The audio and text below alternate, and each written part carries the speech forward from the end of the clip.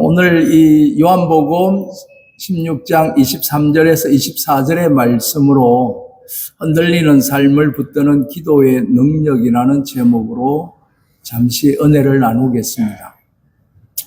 그 먼 호주 시드니로 가서 퍼스로, 이제 퍼스에 사는데 다이렉트로 가는 노선이 없었어요. 그래서 막 열 몇 시간을 비행기를 타고 갑니다. 가는데 이 막내가 비행기 안에서 얼마나 그 안에서 재밌게 노는지요. 우리한테는 오지도 않고 막 비행기 안에 그 많은 사람들한테 다 안기고 과자 얻어먹고 앞에서 노래도 불러주고 이렇게 노는 거예요. 그러다가 난기류가 부딪혀서 비행기가 흔들리니까 제일 먼저 찾아오는 데가 어디겠습니까? 엄마! 하고 쫓아오는 거예요. 우리 인생도 마찬가지지 않을까. 편안할 때는 내 힘으로 사는 것 같지만 가정과 일터, 건강과 국가적 위기라는 거센 기류가 우리 삶을 흔들어 놓을 때는 우리는 본능적으로 달려가야 할 품이 있는 줄로 믿습니다. 있어야 합니다. 그리스도인의 진정한 행복은 바로 이때 드러나는 것입니다. 우리에게 언제든지 달려가 안길 수 있는 전능하신 하나님 아버지 품이 있음을 믿으시기 바랍니다. 많은 이들이 위기의 앞에서 원망하거나 문제를 회피하거나 또는 세상적인 것을 통해서 뭔가를 풀어보려고 노력하는 사람들이 참 많습니다. 하지만 가장 지혜로운 이 정명 돌파는 바로 기도인 줄로 믿습니다. 그리스도인들에게 문제는 단지 기도 제목의 다른 이름일 뿐인 것입니다. 오늘 본문을 통해서 우리가 회복해야 할 기도의 특권 세 가지를 간단하게 나누어 보도록 하겠습니다. 먼저는 이 기도 세 가지에 있어서 에로타오라는 헬라어가 있습니다. 주님과 깊이 교제하며 나를 변화시키는 기도인데 이 기도의 차원은 에로타오다라는 것입니다. 이게 뭐냐? 친밀한 관계 속에서 묻고 의논하는 것을 에로타오 그렇게 이야기를 합니다. 기도의 가장 큰 목적은 환경을 바꾸기 전에 나를 변화시키는 것을 이야기합니다. 큰아들이 7살 때 제가 이제 개척교회를 하고 있었을 때입니다. 제가 이제 34년 목회하고 조기 은퇴하고 여기 와서 지금 몇 년째 지내고 있거든요. 개척교회 하고 있을 때 7살 아이가 토요일 날 설교 정리가 잘 되지 않고 잡히지 않는 상황에 아주 고민을 하고 있는 가운데 또 7살짜리가 놀아달라고 막내에 또 그 당시에 둘째가 3살짜리 이 남자 아이 둘이가 놀아달라고 하는데 설교 준비는 안 되고 엄청 힘들었었어요. 그래서 아이들에게 잡지를 하나 세계 지도가 있는 잡지를 한 8조각을 찢어서 주면서 이거 맞춰오면 8쪽인가? 한 10몇 쪽 될 것 같아요. 맞춰오면 내가 놀아줄게. 이랬어요. 근데 금방 맞춰온 거예요. 그 스카치 테이프로 붙여서. 이거 어떻게 맞췄냐? 이러니까 세계 지도를 뒤집으니까 그게 사람의 모습이 나오는 겁니다. 사람의 모습을 다 맞추니까 세계 지도는 저절로 맞춰진 거예요. 그때 제가, 이게 설교의 모든 포인트를 다 잡았던 겁니다. 사람이 바뀌면 세상이 바뀐다. 내가 변화되어야 주변이 변화된다. 할렐루야. 주님과의 깊은 대화, 에로타오를 하게 되면 내 안의 불순종과 교만을 발견하게 되는 것입니다. 자녀의 문제를 놓고 기도하다가 내가 하나님 앞에 얼마나 속썩이는 자녀였는지를 깨닫게 됩니다. 부모의 은혜를 알지 못하다가 자녀를 통해서 얻게 되는 은혜를 저는 자녀의 은혜라고 하는데 자녀를 통해서 부모의 은혜를 깨닫게 되는 것을 봅니다.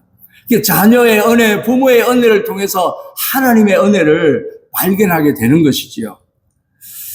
사업의 위기 앞에 내가 얼마나 주님을 의지하지 않았는지를 우리는 회개해야 할 것입니다. 기도는 하나님과 나 사이에 막힌 담을 얽고 나를 새롭게 빚으시는 거룩한 교제임을 기억하시고 에로타오, 친밀한 관계, 의논하는 관계, 그런 기도를 드릴 수 있는 은혜가 있기를 바랍니다. 그 다음에 두 번째가 유코마이라는 헬라어인데 상황을 넘어 하나님의 주권을 인정하는 기도입니다. 이 유코마이는 무난하다, 소원을 빌다 그런 뜻을 가지고 있습니다.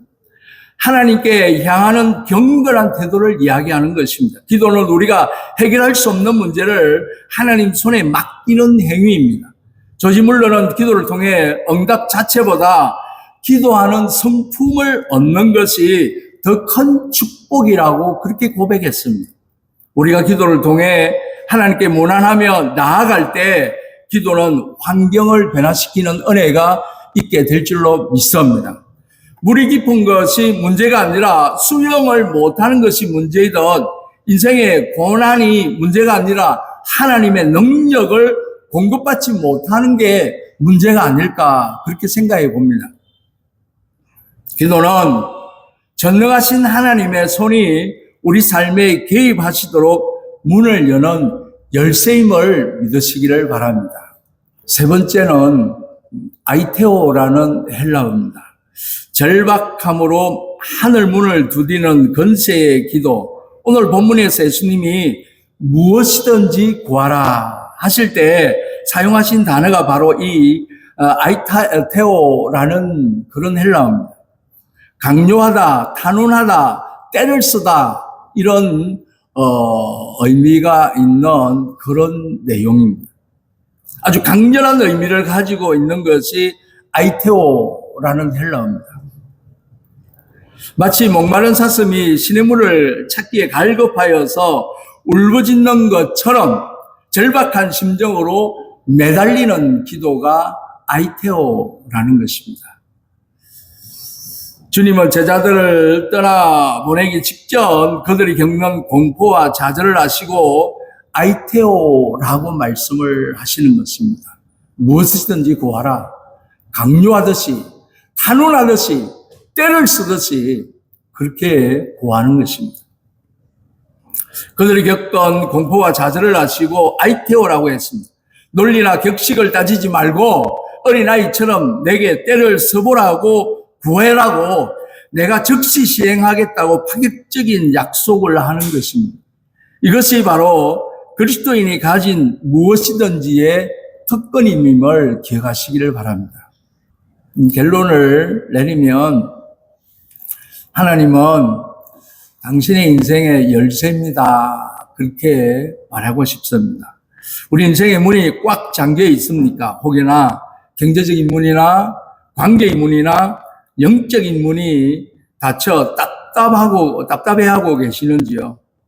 이 하나님이 바로 그 문을 열 열쇠임을 믿으시기 바랍니다. 주님은 오늘 우리에게 말씀하는 겁니다.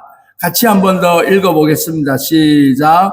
지금까지는 너희가 내 이름으로 아무것도 구하지 아니하였으나 구하라 그리하면 받으리니 너희 기쁨이 충만하리라. 아멘. 이제 우리가 하나님 앞에 나아갈 때 가면을 벗어야 하지 않을까. 아무 문제 없는 척 숨기지 말고 상처 입은 짐승이 햇볕에 상처를 노출하듯 주님의 치료하는 광선 앞에 문제를 내려놓는 은혜가 있기를 바랍니다. 기도의 우선순위를 회복할 수 있는 은혜를 있기를 바랍니다. 기도는 최후의 수단이 아니라 최우선의 방패임을 우리가 기억하고 우리가 일하면 우리가 일할 뿐이지만 우리가 기도하면 하나님이 일하신다는 사실을 믿으시기 바랍니다. 무엇이든지 구하라 했습니다. 아이테오라고 했습니다. 주님은 여러분의 세밀한 신음소리부터 거대한 인생의 모든 문제까지 들어주신다는 사실을 기억하시고 믿음으로 나아가는 저와 여러분이 다 되시기를 주의 이름으로 축원드립니다.